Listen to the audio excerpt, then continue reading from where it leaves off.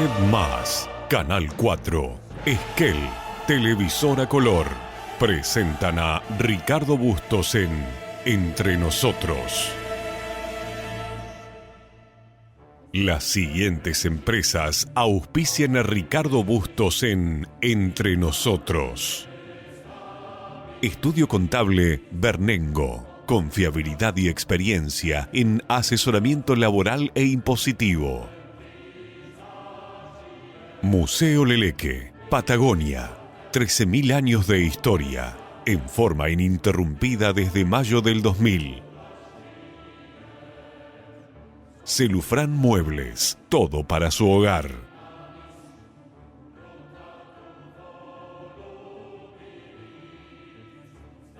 La Despensa, diseño interior, el placer de vivir momentos únicos.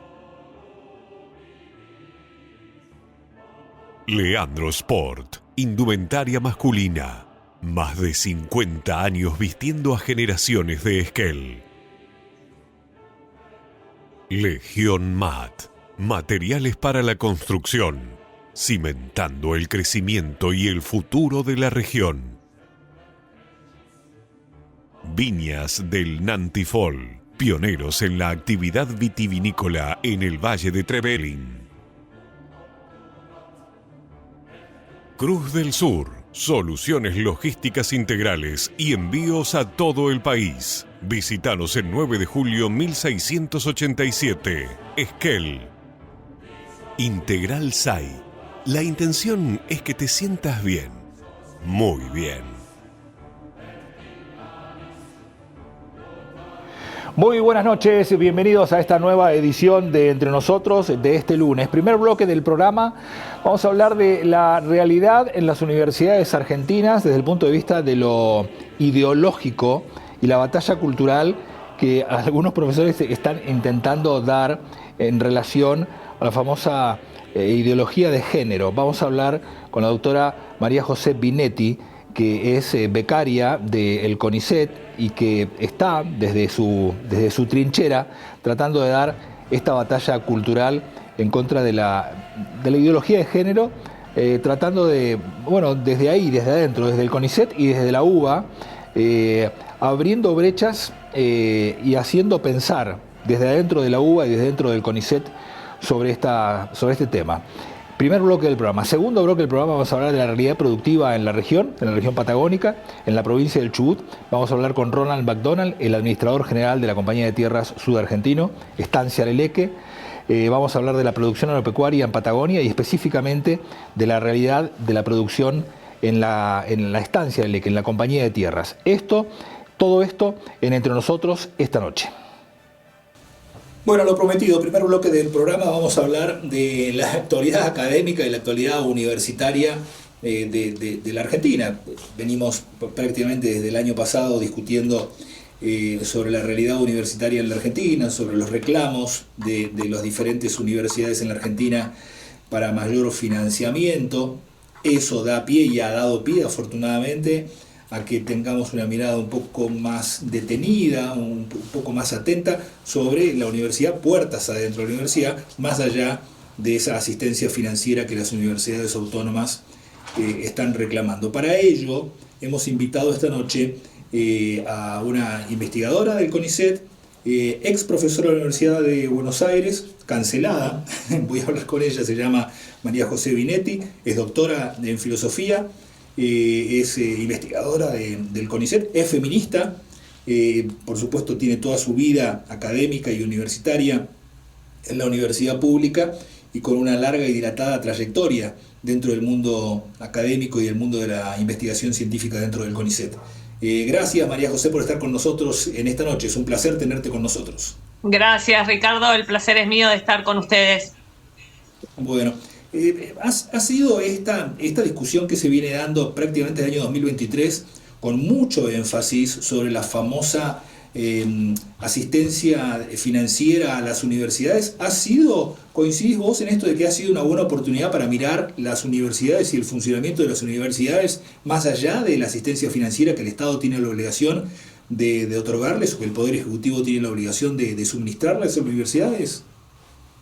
Toda ocasión es buena para plantear qué está pasando en las universidades, y creo yo el marco político que se ha dado desde el 2023 es bueno para empezar a espantar un poquito estas vacas sagradas que tenemos en Argentina, estos mitos de la educación pública fantástica, de excelencia, abierta, plural, etcétera, etcétera. Creo que es urgente que replanteemos esto, porque el subdesarrollo argentino, y lo digo así porque realmente ha sido una decadencia, la de Argentina es integral, implica también la cultura, implica la educación. No nos vamos a creer que tenemos una educación pública de excelencia frente a un país con el 60% en la pobreza, ¿no? Claro, no es casual que tengamos un país pobre. No puede escindirse cuando se habla de la gran universidad pública, laica, estatal, gratuita, universal, etcétera, etcétera, como que fuera una isla y el resto del país fuera, digamos, el quinto infierno, digamos, forma parte una cosa de la otra, ¿no? Claro, somos la vanguardia cultural, pero económicamente un poquito empobrecidos. No es así. La economía es parte de un todo, ¿no? De una totalidad integral, orgánica de lo que es la decadencia argentina.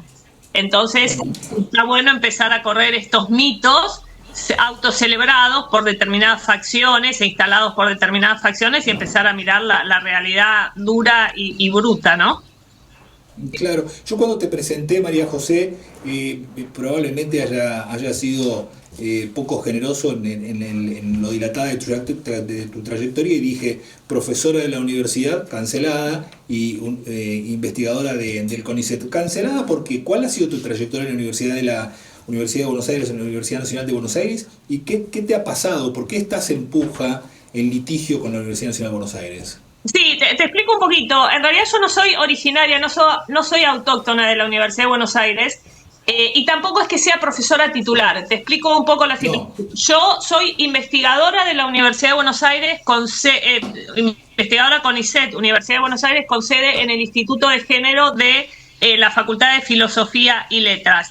Estoy ahí aproximadamente desde el 2015. Mi trayectoria de investigación antes fue en otro instituto privado, pero justamente por el hecho de que yo estaba iniciando mi línea teórica en filosofía feminista, decidí cambiarme y se me recomendó ir al Instituto de Género de la Universidad de Buenos Aires. Ahí desarrollando mi línea teórica de investigación, que se llama técnicamente feminismo de la diferencia sexual, empiezo a colisionar, o mejor dicho, empiezan a colisionar conmigo estos grupos de queer, de estudios queer, transactivistas, transgénero, de todos los géneros y demás. Desarrollando yo esa línea teórica e intentando instalar en la facultad una línea teórica a través de seminarios que yo dictaba, que solicitaba, que daba en doctorado, en grado, etcétera. Ahí es donde se produce el colisionamiento y la cancelación. Claro. Vos sos feminista.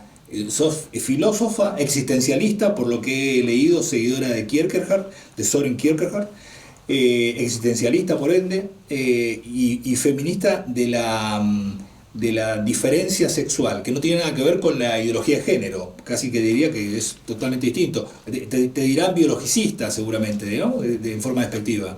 Exactamente, eso fue lo primero que me dijeron, biologicista, esencialista, y después transfóbica y todo lo demás, transodiante, una amenaza para las minorías, antiderechos, antigénero, etcétera, etcétera. Porque ¿qué plantea tu línea de investigación filosófica feminista de la diferencia de la sexualidad? ¿Qué plantea? Lo que planteamos desde el feminismo de la diferencia sexual, que a mi juicio es el único feminismo, te lo digo así, si hago feminismo de la diferencia sexual es porque considero que es el feminismo. Lo que considera es que hay, por supuesto, dos sexos, hay una diferencia sexual que es real, pero además de ser real, en realidad es constitutiva de toda la persona. Somos mujeres y varones en nuestra totalidad humana. Los sexos son dos, y que sean dos no es mera biología, no es mero biologicismo, sino que es una realidad constitutiva de la persona humana que atraviesa todas sus dimensiones biopsicosociales y espirituales. A todo esto tengo una concepción personalista, realista de la persona humana. La persona humana no es una autopercepción social, sino que es un sujeto real, constitutivamente sexuado. Entonces lo que decimos es que somos mujeres en toda nuestra realidad sexuada, que atraviesa todas las dimensiones personales, valga ese círculo, y que ser mujer o ser varón es un activo. No tenemos que disculparnos esto de que básicamente muchas veces el feminismo cayó en esta tara ideológica, o creo que en el fondo un complejo de castración de, bueno, seamos iguales a los hombres, tengamos los mismos derechos. Feminismo de la diferencia dice, no, somos diferentes. ¿Iguales a quién tenemos que ser si somos diferentes? Entonces, feminismo de la diferencia básicamente considera que ser mujer es un activo, que es una potencia de realización, y trata de afirmarnos en la diferencia. No tenemos que ser iguales a los varones. Esa sería... Y es algo que nos viene, está bien, pero entonces el sexo es algo que nos viene dado, que es constitutivo desde el nacimiento. Perdón la expresión, ¿no? Lo digo con ironía, perdón la expresión, pero es una mirada muy biologicista la mía, pero es decir, es algo inherente al ADN del ser humano. Unos nacemos hombres, otros nacemos mujeres, lo cual no significa que después yo tenga una sexualidad que que tenga predilección, siendo hombre, tenga predilección por mantener relaciones íntimas con hombres, que eso es inherente a mi vida privada, mientras no cometa un delito, mientras no esté con un menor. Eso es inherente a mi vida privada, y en eso el Estado ni la filosofía tiene por qué meterse, ¿o sí? Claro, es bastante medievalista que el Estado venga a legislar sobre autopercepciones o sobre orientaciones sexuales. La verdad que estamos en un oscurantismo medieval terrible. La diferencia sexual, implica todas las dimensiones de la persona, desde lo biológico, lo genético, hasta lo psicológico, hasta lo identitario, hasta lo espiritual, las decisiones libres, etcétera. Todo eso... En todo eso somos mujeres o somos varones. Yo no soy mujer con mi genitalidad. Soy mujer con mis elecciones libres, con mi maternidad, con el modo en que me planto en la vida, con las decisiones que tomé y que me definieron como mujer, como esta mujer particular, etcétera. Entonces, desde el punto de vista biológico, si querés, la determinación sexual está desde el momento de la concepción. Y cada célula del cuerpo humano es sexuado. No es que los sexuados sean los genitales. Cada célula del mismo es sexuado. XX o XY en cada célula del organismo. O mutaciones genéticas, que son lo que se llama la transexualidad, que pueden ser, entre otras cosas, mutaciones o variaciones genéticas, síndromes o de algún otro tipo, ¿no? Pero, está bien. ¿Y cuál es tu delito, si hubiera, lo digo en términos genérico para que se entienda, cuál sería tu delito si vos hasta el momento, por lo que me estás diciendo, no percibo que vos niegues que alguien tenga derecho, siendo sexualmente hombre o mujer, percibirse otra cosa? ¿Cuál sería tu falta? ¿Cuál sería el motivo de la cancelación desde la universidad a tu cátedra libre?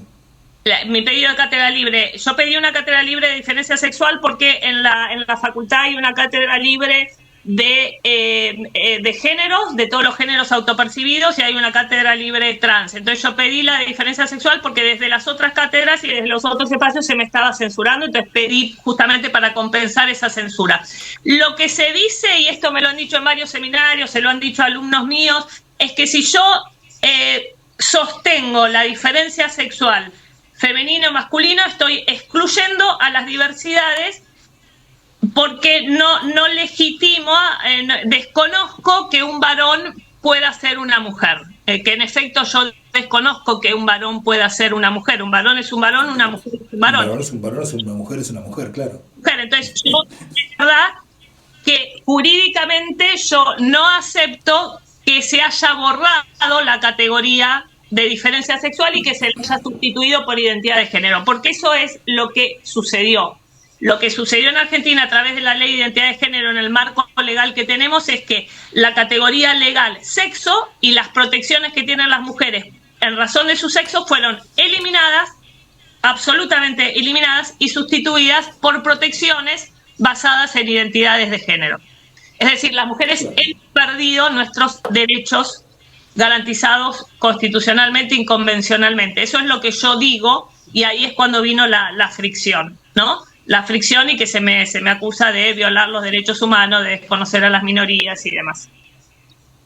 Claro, te escucho hablar y tengo una especie de soliloquio mientras te escucho, reflexionando sobre cómo la universidad, que es la institución más alta en cuanto al desarrollo del conocimiento en una sociedad, en la sociedad argentina, donde seguramente todos planteamos y todos suponemos que tiene que estar allí toda la diversidad de ideas y de filosofías y de ideologías para ser debatidas con libertad, pero que esa libertad de pensamiento no puede obviar lo que es natural. El agua moja. El agua moja. O sea, no hay otra discusión sobre que el agua moja o que el pasto crece verde. Y pensaba, el chico nace en una familia, se desarrolla en una sociedad, y cuanto más va avanzando en la educación estatal, daría la idea de que nos quitan conocimientos que traíamos válidos y buenos de nuestra casa para meternos cosas sin darnos cuenta, meternos cosas que son malas y que después no nos damos cuenta y son malas. Y traigo a cuento algo que la semana pasada charlé y que fue aquí en la provincia del Chubut tendencia, creo que incluso a nivel nacional. Fue un profesor de la universidad, un profesor de Roca, que fue hasta la Universidad de la Patagonia, en la sede de Trelew, acá en la provincia, a borrar la figura del Che Guevara, que fue un asesino. O sea, Che Guevara fue un asesino. Es como si me imagino que pongo la foto de Jorge Rafael Videla, fue un asesino. Bueno, había en la universidad de la sede de Trelew de la Universidad de la Patagonia, un mural del Che Guevara. Se armó un lío terrible. ¿Qué ha pasado en el decurso? Que en las casas de altos estudios se ha aceptado lo malo como si fuera bueno, y hoy hay que dar explicaciones de por qué es preferible sacar la foto del Che Guevara o la de Jorge Rafael Videla y poner una bandera argentina que nos une a todos. Sí, este lío del Che Guevara lo vi en redes. Realmente es un asesino. Hemos normalizado tener estos asesinos porque lo que tenemos es un Estado tomado por un partido político, o más que por un partido político, por un par de partidos políticos, por una facción ideológica de izquierda, que hemos normalizado a estos asesinos como lo natural. Hemos normalizado la idea de que el sexo se construye y se asigna por la cultura, que el sexo es un diagnóstico médico, como dice Butler y dicen en la facultad, y no solo en la facultad, en todas las universidades nacionales. Lo hemos normalizado y le estamos diciendo a niños de 2 o 3 años cuya primera evidencia es la diferencia sexual, porque los niños necesitan construir esa evidencia, basarse en esa evidencia para construir su identidad, en la evidencia de la diferencia sexual. En lugar de afirmarlos en esa diferencia y en esa evidencia y en esa certeza inmediata que ellos tienen, le estamos diciendo que en realidad esa certeza en realidad se la asignó la cultura y ellos pueden ser lo que quieran. No, que ser varón y mujer es una asignación de la cultura que no es su realidad. Entonces, esto es lo que se llama psicotización. Estamos psicotizando a los niños. La educación está psicotizando a los niños, sí. Y arranca allí en la escuela primaria y termina en la universidad haciéndole creer a adultos, porque son estudiantes adultos, haciéndoles creer que alguien que mató gente es un héroe digno de estar en un mural. Sí, no solo eso, en realidad esto es una apología de la violencia. Están fomentando la violencia, porque lo que le están diciendo al alumnado es: la violencia está bien, matar está bien por una causa noble, porque nosotros tenemos la verdad y el otro es la mentira. Es lo que me dicen a mí: nosotros tenemos la verdad, nosotros somos la autoridad moral, vos sos la que discriminás. Entonces está bien que nosotros te expulsemos, está bien que nosotros te asesinemos como el Che Guevara, que era un asesino, está bien que nosotros lo hagamos porque nosotros somos la verdad. Nosotros somos la autoridad moral, somos la vanguardia iluminada y somos la custodia de los derechos humanos. Vos sos lo contrario, entonces estamos legitimados para aniquilarte. Ese es el mensaje subliminal del Che Guevara en la universidad, y es muy serio de lo que estamos hablando. Clarísimo. Estamos embarcados en esto que estamos hablando ahora. ¿Forma parte de lo que el gobierno y algunos pensadores que aportan contenido ideológico al gobierno llaman la batalla cultural? ¿Estamos inmersos? ¿De esto estamos hablando? ¿Esto es la batalla cultural? Yo creo que sí. Sí, yo creo que sí. En mi caso sí lo es. Yo estoy dando una batalla cultural, estoy dando una batalla por la sociedad, porque que a mí no me permitan tener una cátedra libre de diferencia sexual, que supone que yo voy a laburar gratis para la universidad y para la sociedad, porque las cátedras libres son cátedras gratis, donde profesionales de excelencia de primer nivel, especialistas, van gratis a laburar para que la sociedad esté informada y para que la sociedad pueda debatir con argumentos y con información y evidencias científicas los temas que consideramos relevantes. Que a mí me rechacen esa cátedra significa que la sociedad no puede debatir, porque debatir es una amenaza a los derechos de las minorías. Ese es el mensaje, y por eso yo estoy en juicio con la universidad, porque no es por mi cátedra libre, es pues por la sociedad, es por la cultura, es por tener una cultura libre, plural, y basada en argumentos científicos. Entonces, en mi caso sí, es una batalla cultural por la libertad y el pluralismo, sin ninguna duda. ¿Sos optimista en esto, María José? Sí. Sí, creo que soy razonablemente optimista. Soy optimista porque cambió el marco político. Con el marco político del 2022 no era optimista. Cuando yo arranqué esto, yo veía el fin de mi carrera. Y en algún punto todavía lo veo, ¿no? Pero estoy más animada por el cambio del marco político, donde sí se vive libertad, se respira libertad. Claro. Lo que pasa que es una libertad, como supo decir ahí, es una libertad que hay que ganarla todos los días. Esta libertad no se declama, hay que ponerle el cuerpo, ¿no? Hay que ponerle el cuerpo porque ellos tienen el monopolio, ellos han vivido con el monopolio de la palabra, con el monopolio del relato público. Y que entren interlocutores diferentes al debate público le cuesta lo que le costó a Marco el mural, ir preso, lo que me está costando a mí un juicio contra la Universidad de Buenos Aires, y me cuesta continuamente el ataque de colegas. El otro día un colega del CONICET, también muy partidizado, pretendía que yo me exculpara públicamente de algo que había escrito sobre el CONICET. Y yo dije, claro, estos tipos han vivido con el monopolio del relato. Que venga yo a decir otra cosa, que vengamos muchos a decir otra cosa y a borrar un mural de un asesino terrorista como Che Guevara, nos va a costar sangre a nosotros. Nos va a costar, porque no van a entregar el monopolio tan fácil. Lo vamos a tener que ganar. Claro. Quizá haya un punto de apoyo para apalancar este movimiento que intenta revertir tantos años de caída libre, de decadencia, en que el Estado, administrado ahora por este gobierno, y no quiero hacer en esto, política partidaria, pero es innegable que el actual gobierno, desde el 2023 en adelante, les ha restado financiamiento desde algunos organismos que incluso eran hasta estatales y que los ha cerrado el gobierno con el objetivo precisamente de poner las cosas en su lugar. Eso quizás esté ayudando un poco más también, ¿no? Sí, no es que restó financiamiento, es que en realidad sufrimos el ajuste que sufrió toda la economía. No es que...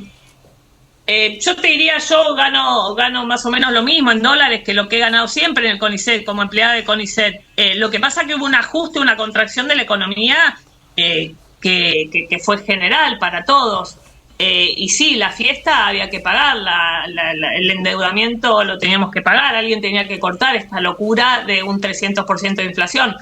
Entonces, yo te diría que yo como investigadora de CONICET siempre fui pobre y sigo siendo más o menos igualmente pobre que antes, que lo fui siempre. Y creo que en la universidad pasa más o menos lo mismo, ¿no?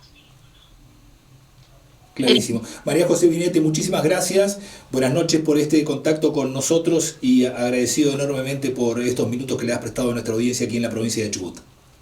Muchas gracias a vos, Ricardo. Nos vemos pronto. Un cariño. Gracias.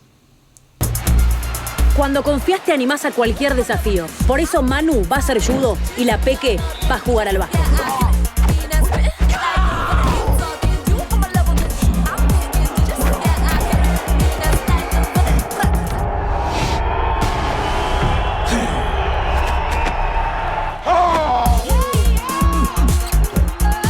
Cuando confías, seguro podés. La Segunda Seguros. Lo primero, sos vos.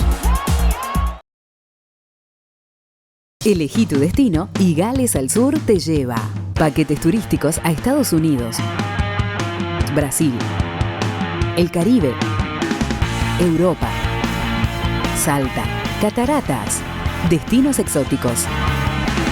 Representantes Hotel Termas de Puyehue, quinceañeras, pasajes aéreos, asistencia médica al viajero.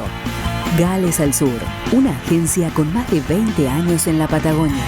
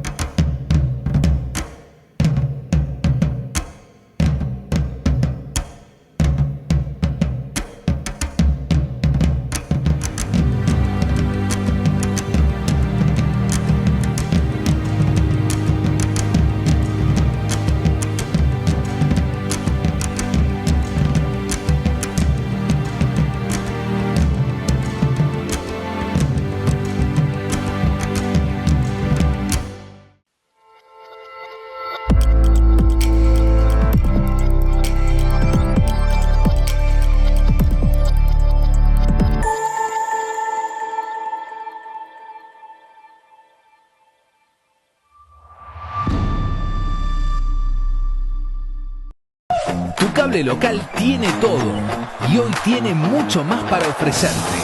Vas a vivir toda la Copa Mundial FIFA 2026. Análisis, sedes, comentarios, todos los partidos y las mejores coberturas para seguir a la selección.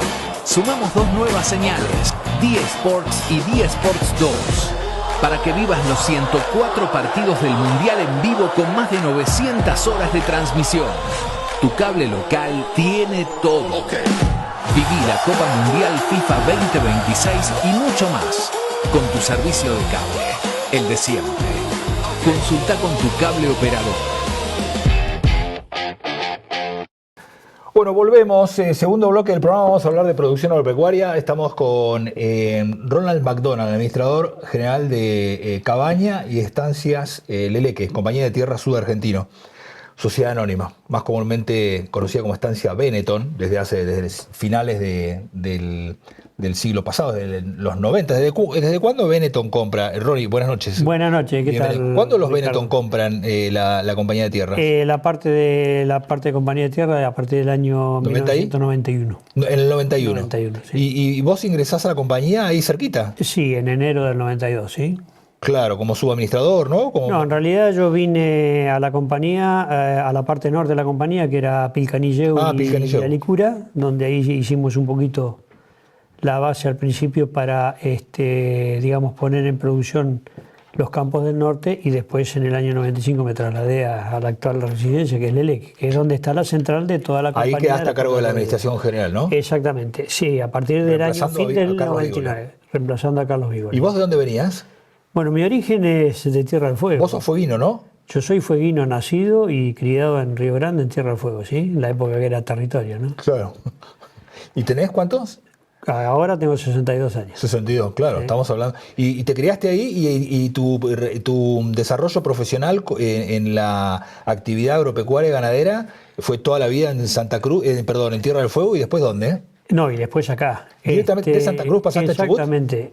Lo que pasa que nuestra familia, desde el principio de la inmigración o la venida de nuestro abuelo paterno, sí, que fue el que vino a Tierra del Fuego. ¿Escoceses? Escocés de las Highlands, sí, de la parte norte de Escocia. Sí. Un clima, una geografía y una... ¿Similar? Exactamente igual a Tierra sí. del Fuego. ¿Y eran ovejeros? Claro, porque en su momento, cuando se pusieron en producción las grandes estancias de Brown, Menéndez y otras empresas, sí, buscaban gente que supiera trabajar con ovejas y que también se adecuara a la idiosincrasia y la geografía del lugar. Si uno conoce Escocia y conoce Tierra del Fuego, es exactamente el mismo clima, la misma geografía. La misma geografía. Hay muy poca rodeada de mar, rodeada de mar, peñascos, niebla, humedad, el mismo clima en verano que en invierno, o en un mismo día las 4 estaciones. Así que un poco... ¿Así llegaron tus abuelos? Así llegó mi abuelo paterno, ¿sí? Alrededor de 1905.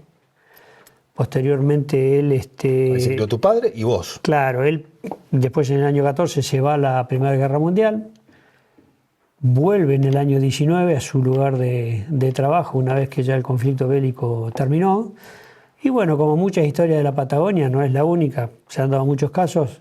Mi abuela, que era inglesa, era enfermera, se conocen en la guerra y posteriormente en el año 20 viene mi abuela para acá y en el año 21 nace mi padre en Punta Arenas. ¿A tu abuelo chileno? Claro, mi padre perdón, tu padre es chileno. En Punta Arenas porque justamente los centros asistenciales en esa época en Patagonia... Estaban más desarrollados en Punta Arenas que en Tierra del Fuego. Comercial o sanitario y... Claro. Entonces, pero siempre vivieron en la zona siempre vivieron en Argentina. Claro. ¿Y vos te criaste en el campo o en Río Grande? No, yo me crié, digamos, nosotros... Toda mi familia trabajó siempre en el mismo establecimiento, que era Estancia María Betty. Mi abuelo, claro, de Menéndez Betty. Posteriormente, mi abuelo, en los últimos años, antes de jubilarse, tuvo un tiempo en Santa Cruz. Ya para eso mi padre ya había terminado el secundario también. Mi padre hizo el servicio militar en Chile y vuelve de vuelta a Argentina una vez terminado justamente el segundo conflicto bélico de la historia, que es la Segunda Guerra Mundial. Entonces tuvo más tiempo en el servicio militar en Chile que lo acostumbrado. Y con mi abuelo después se va a la zona de La Pampa, a una estancia que se llama Los Ranqueles, en la Sierra del Igualcalel, y donde ahí empieza la otra faceta y la otra historia nuestra, que es cuando conoció a mi madre en General Hacha La Pampa. O sea, yo vengo por parte de mi abuelo y mi padre de Tierra del Fuego, yo soy nacido en Tierra del Fuego, pero la parte de mi madre es originaria de La Pampa. Claro. Por un lado tenés vertiente escocesa y de parte madre. Por el otro lado, vasco-francés. Vasco-francés. Romero Mirazón, o sea, toda la zona norte de España y el límite con... ¿Pero vos te criás en Tierra del Fuego? Claro. Cuando mi padre en el año... por unas determinadas situaciones donde las empresas se empiezan a separar por subdivisiones de familia y eso, mi padre, donde estaba trabajando, que era en el Lara Los Calafates, en Capitán Sarmiento, en la provincia de Buenos Aires, que vivía con mi madre y donde son originarios mis hermanos mayores, que son mellizos, en el año 54 mi padre se vende eso y le ofrecen volverse a Tierra del Fuego. Y ahí se va con toda su familia y mis hermanos mayores de vuelta a Tierra del Fuego. Y en el año 64 nazco yo. Claro, vos naciste en el 64, trabajando tu padre en la Estancia María Betty. Siempre en la Estancia María Betty, así que mi abuelo... ¿Y vos te criaste en María Betty? Sí, nosotros somos criados en... ¿Y vos trabajaste en María Betty? Sí, mientras obviamente hicimos el colegio, bueno, como antes, digamos, se estaba Pupilo, se estaba fuera de la casa. ¿Pupilo dónde fuiste? No, yo estuve en un colegio salesiano en Río Grande. En Río Grande. En la misma ciudad. Mis hermanos tuvieron un colegio salesiano agropecuario, también fuera de la zona de Río Grande. Pero bueno, somos todos criados ahí, criados en la estancia. Cuando se terminaste la secundaria, ¿volviste a trabajar? Sí, nosotros cuando volvíamos de vacaciones... Estabas entre las ovejas. Sí, porque digamos...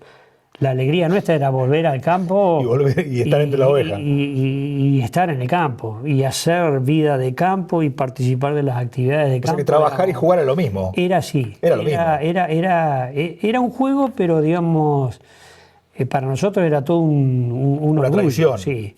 Ni te cuento cuando teníamos que volver en marzo al colegio. No querías volver. Bueno, después con el tiempo, todos mis hermanos mayores también realizaron actividades ahí. Y nosotros cuando volvíamos, ya estando en el secundario, ya cuando a partir de los 16 años, cuando volvíamos a las vacaciones, ya ahí empezamos a hacer un trabajo formal y con, digamos, determinada responsabilidad laboral. Claro. No es que uno volvía al campo y... A la Bartola. Pero no por necesidad, sino era porque era parte de la costumbre y porque a nosotros no... ¿Y vos te formaste en el campo bajo las órdenes de quién? ¿De tu padre, no? Mi padre se encargaba de todo lo que era la parte gerencial y administrativa contable. Sí. Y cuando terminamos el secundario, cuando yo terminé el secundario, obviamente tenía que decidir qué hacer, o hacer alguna carrera universitaria, o técnica, o seguir en la actividad. Siempre estaba previo el paso del servicio militar, en fin. ¿Hiciste el servicio militar? No, yo justamente fue en el año 82. que fui sorteado en el año 82, tenía que hacerlo en el año 83, y justo me tocó número bajo. Pero digamos, tuvimos ahí un año o medio año de indecisión a ver quién entraba, quién no entraba. ¿Pero tu vocación estaba con el campo? No, precisamente no. ¿Por dónde? La idea mía era entrar a la Escuela Naval Militar. Ah, Naval Militar. Sí, después por distintas circunstancias no se pudo, pero tuve la oportunidad de entrar a empezar a hacer una carrera dentro de la actividad, lo que se acostumbra normalmente que se conoce como cadete. Sí. Cuando uno entra de cadete a un lugar, en un establecimiento agropecuario que justamente le permite conocer todas las actividades que hacen al quehacer de un establecimiento agropecuario y aprender un montón de cuestiones técnicas. Estamos hablando de María Betty, un establecimiento agropecuario. ¿De qué dimensiones, para que la gente sepa? Bueno, María Betty originalmente eran 180.000 hectáreas. En el momento que nosotros nos criamos ya estaba la subdivisión hecha, eran 62.000 hectáreas. Una cabaña en Corrial muy emblemática. Era Corrial eso, ¿no? Sí. Primero originalmente era Romney, en la época donde se trabajaba más sobre la carne que sobre la lana. Sí. Después se buscó un doble propósito. Se empezó a criar Corrial con una cabaña muy exitosa que fue madre de cabañas actualmente en la raza, ¿no? Y bueno, y ahí empezamos de cadetes. Digamos, había que tener determinados conocimientos y tener la posibilidad y bueno, tener el temperamento justamente porque había... Dejarse aprender, dejarse enseñar. Sí, porque muchos querían también seguir en carrera. En carrera, ¿no? No, o sea, ¿Sí? no era fácil, eran otras épocas. Y bueno, yo tuve la oportunidad de, más allá de tener una relación familiar con alguien que estaba en la empresa...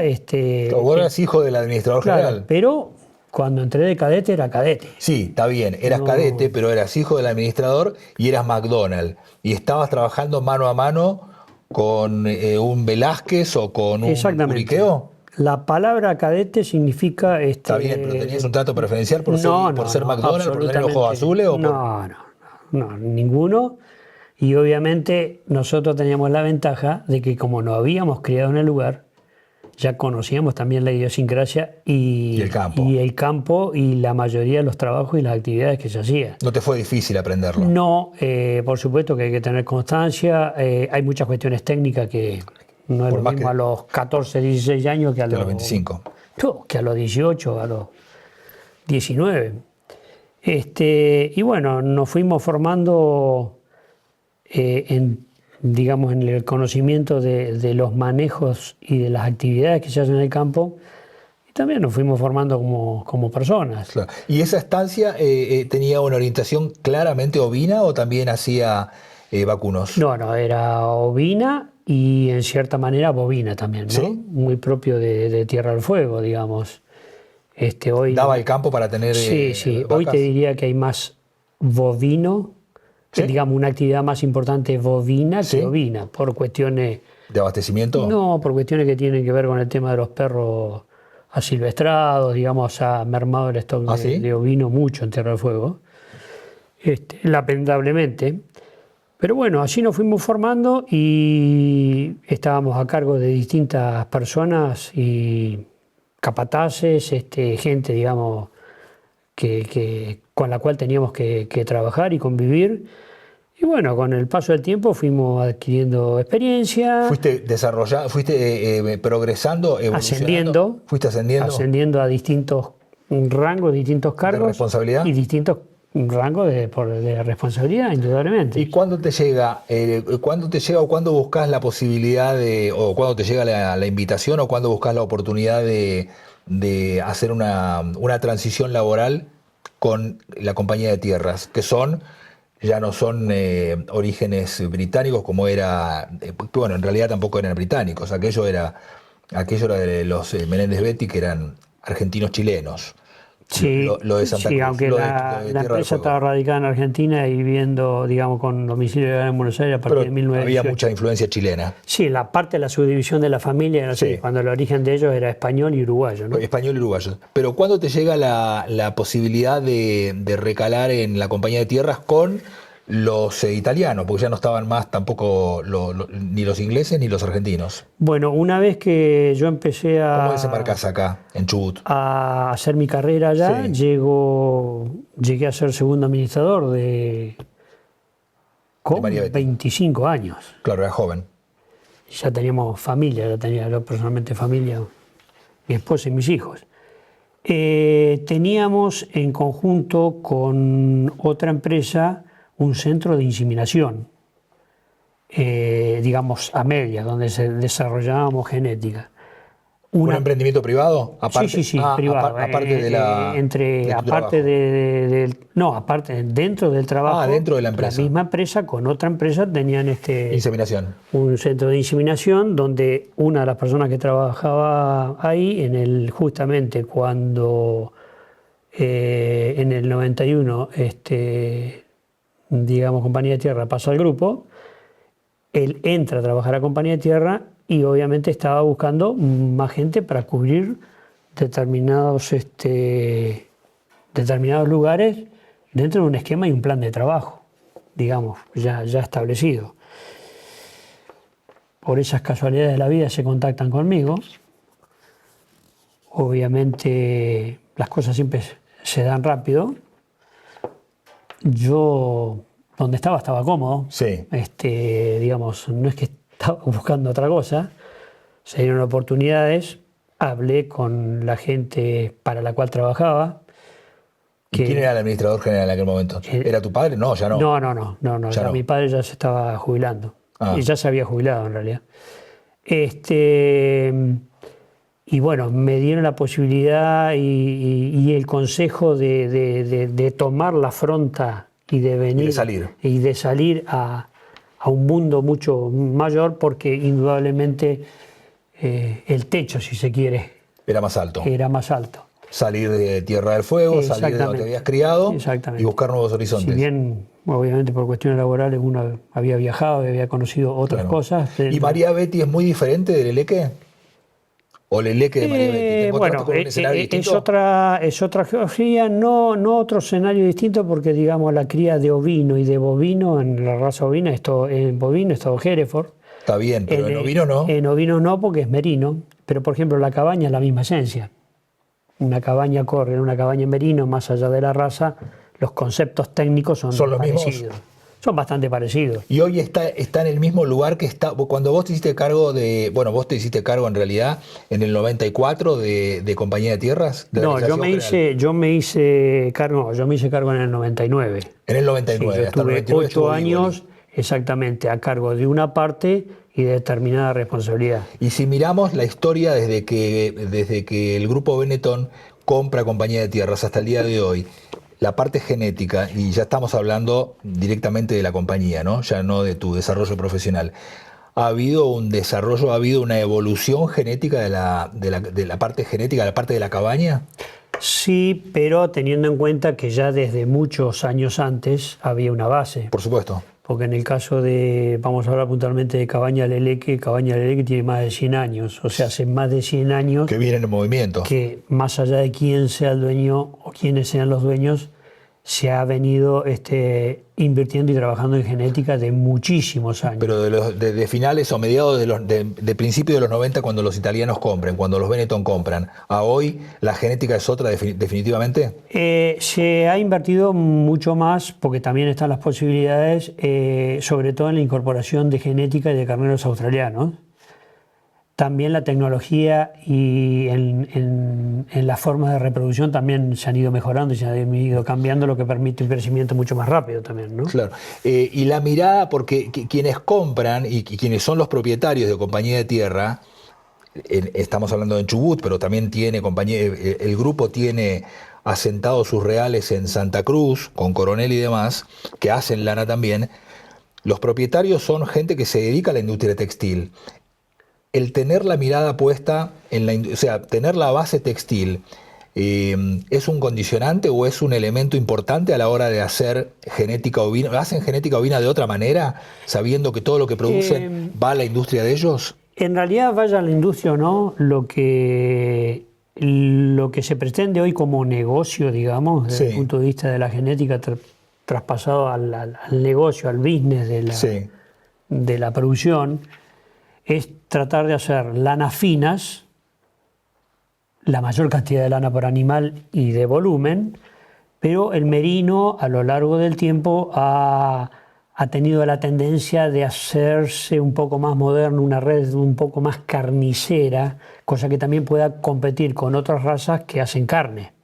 Entonces hoy el merino es una raza que ha suplido a ciertas otras razas que por ahí la lana no era tan fina, pero que hacían carne, y hoy el merino moderno va hacia esa tendencia. ¿A ese doble propósito? Exactamente. Lo que, de hecho, la principal raza con la mayor cantidad de animales en la República Argentina sigue siendo el merino. Claro. Incluso la provincia de Chubut, a pesar de que han bajado los stocks de ovinos en todo el país, es la provincia que más ovinos tiene. Y que más lo defendió. Exactamente. Entonces, en esa tendencia, todos por lo general van buscando la forma de hacer o un merino, digamos, puro, o un cruzamiento que permita bajar finuras de lana, digamos, sin perder la capacidad o la red carnicera que le permita tener un cordero, digamos, competitivo con otras razas que son carniceras, básicamente. ¿Y eso se logra con ejemplares con genética local o hay que ir a buscar genética afuera?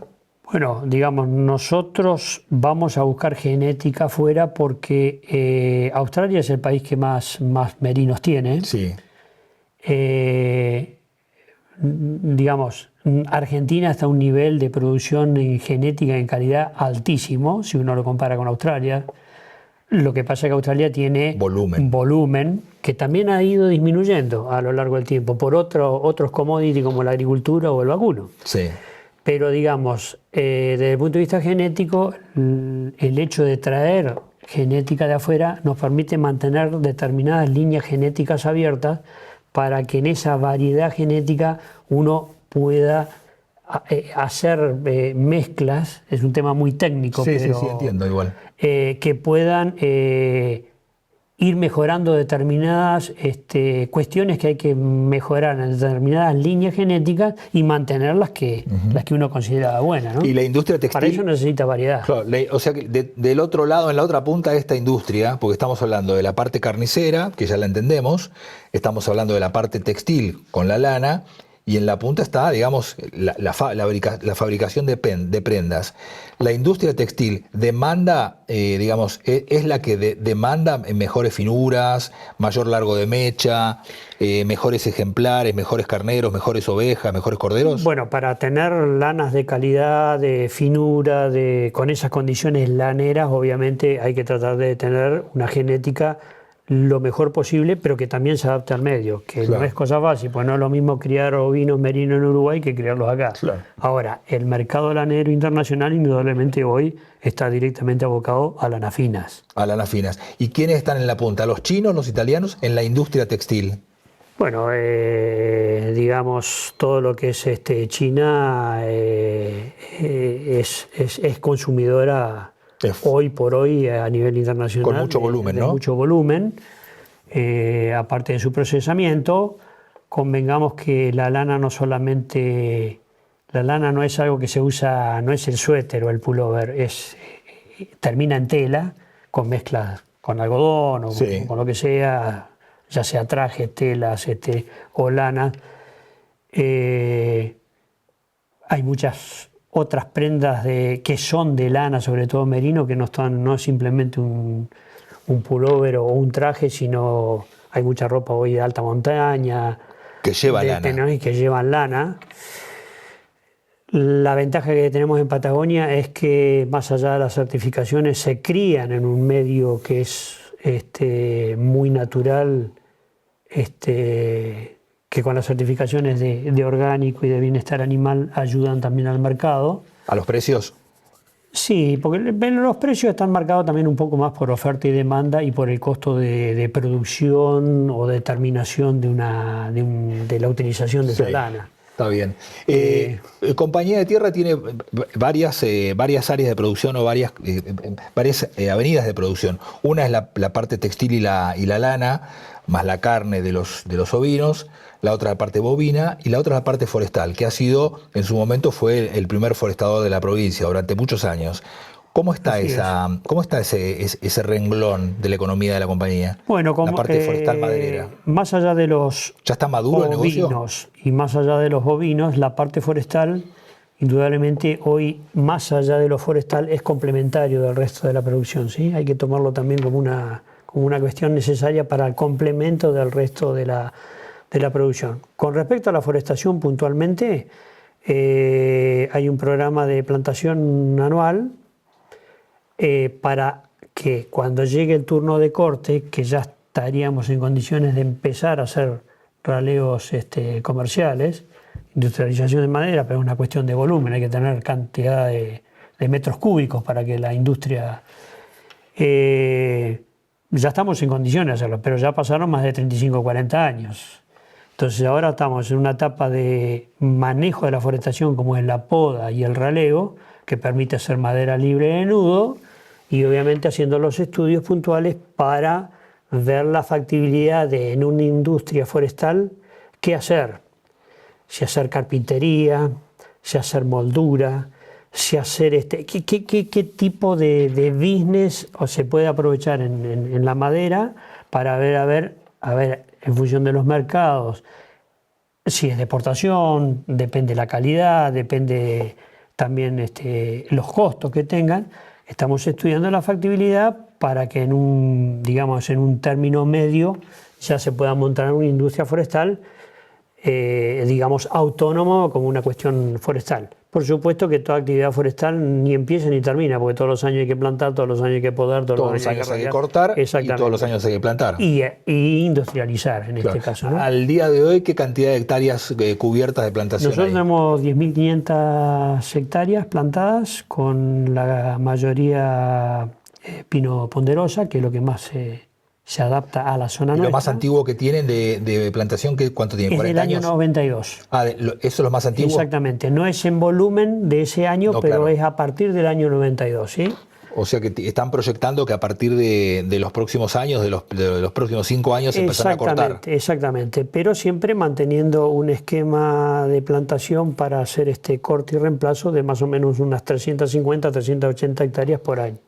O sea, se cortaría eso por año, pero también habría que resembrar eso por año para mantener el punto de equilibrio en metros cúbicos para abastecer la parte industrial. Y para cerrar, Ronnie, ¿cuál es la mirada que tiene el negocio de la compañía ante externalidades tan importantes, tan fuertes como son, algo que no se puede manejar desde luego, que son los aspectos climatológicos, con años y ciclos de sequía como los que estamos atravesando de hace, por lo menos, los mejores datos los deben de tener ustedes, pero ciclos de sequía de los últimos 4 o 5 años que venimos de sequías intensas. El año pasado fue bien clara o bien cruda la sequía.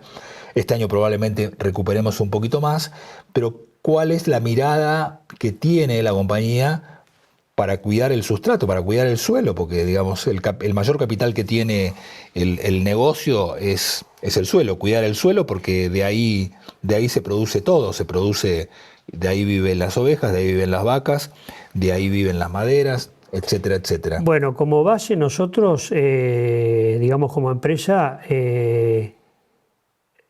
la bandera nuestra es que todo sistema productivo tiene que ser sustentable. Ajá, ¿qué significa eso? Tiene que ser sustentable sobre todo con el medio ambiente. Sí, eso... Para la parte ovina o la parte ganadera, nosotros tenemos un plan de manejo bastante científico, si se quiere, donde a través de datos de información nos prevé o nos ayuda a cuidar el recurso, que es el recurso forrajero. Porque el recurso forrajero natural depende del clima, pero hay que saber cuánto se tiene para saber cuánto se puede ocupar. Porque después uno decide o compensa con otra cosa o baja la carga. O retira. Con el tema forestal, indudablemente tiene que ver mucho también con el cuidado del medio ambiente, porque también es la fijación de carbono, también evitar la erosión eólica, hídrica si se quiere, Y cuando hablamos de un esquema productivo complementario, estamos hablando de que, por ejemplo, en las forestaciones también se hace manejo de pastoreo rotativo, en pequeña escala, muy diferente a lo que puede ser la Mesopotamia, que tiene otros niveles de lluvia. ¿Por qué? Porque también eso ayuda al manejo del suelo, pero también ayuda a evitar incendios.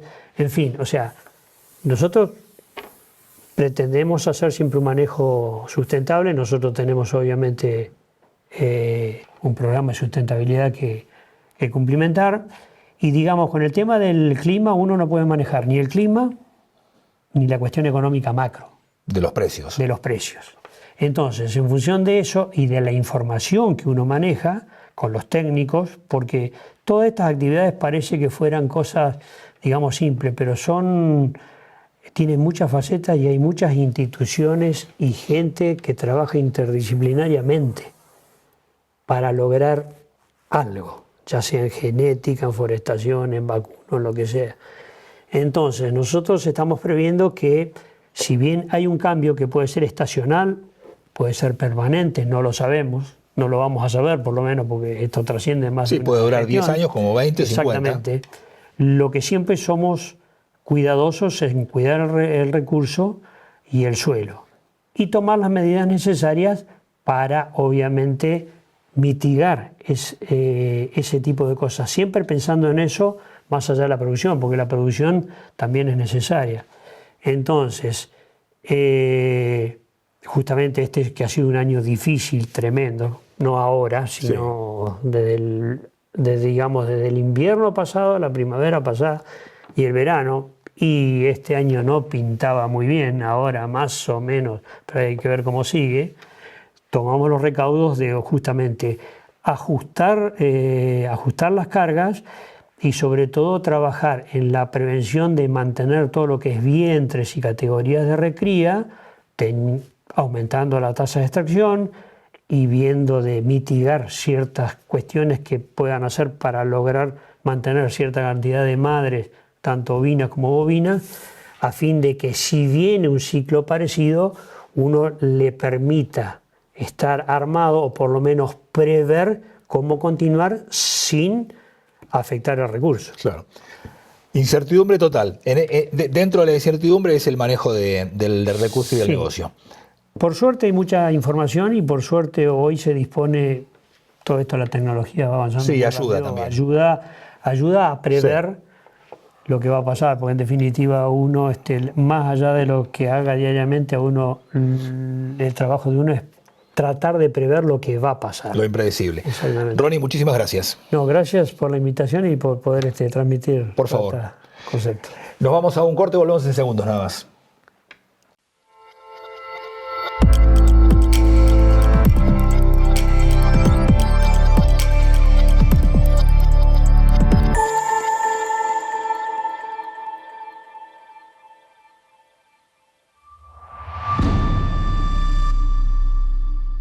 Elegí tu destino y Gales al Sur te lleva. Paquetes turísticos a Estados Unidos, Brasil, el Caribe, Europa, Salta, cataratas, destinos exóticos. Representantes Hotel Termas de Puyehue, quinceañeras, pasajes aéreos, asistencia médica al viajero. Gales al Sur, una agencia con más de 20 años en la Patagonia.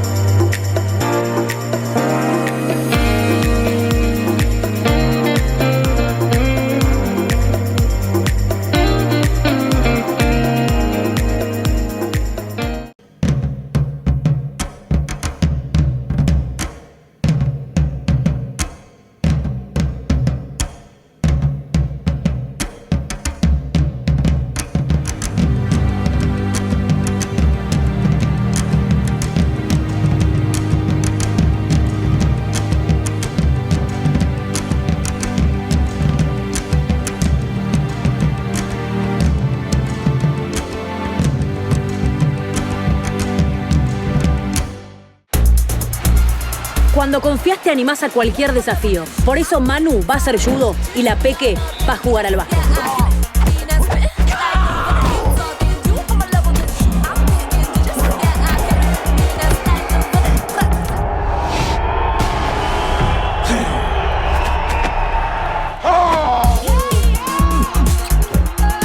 Cuando confías, seguro podés. La Segunda Seguros. Lo primero, sos vos. Tu cable local tiene todo y hoy tiene mucho más para ofrecerte. Vas a vivir toda la Copa Mundial FIFA 2026. Análisis, sedes, comentarios, todos los partidos y las mejores coberturas para seguir a la selección. Sumamos 2 nuevas señales, D-Sports y D-Sports 2. Para que vivas los 104 partidos del Mundial en vivo con más de 900 horas de transmisión. Tu cable local tiene todo. Viví la Copa Mundial FIFA 2026 y mucho más con tu servicio de cable, el de siempre. Consulta con tu cable operador.